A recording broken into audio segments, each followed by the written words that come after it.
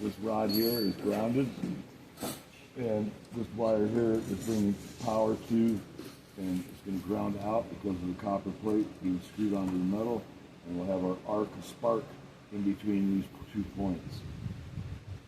Take this guy here, mount it outside of the unit so you can actually see it sparking.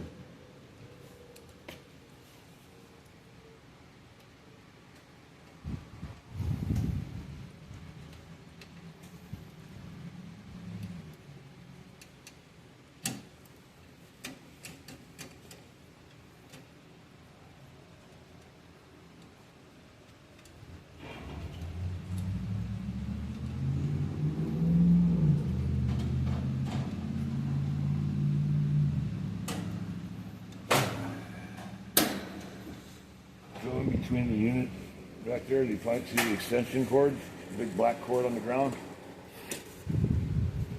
Pull it to it where you can find the plug and unplug it. Yeah, unplug that and then bring the one that's going to the wall. Yep, that one in your right hand.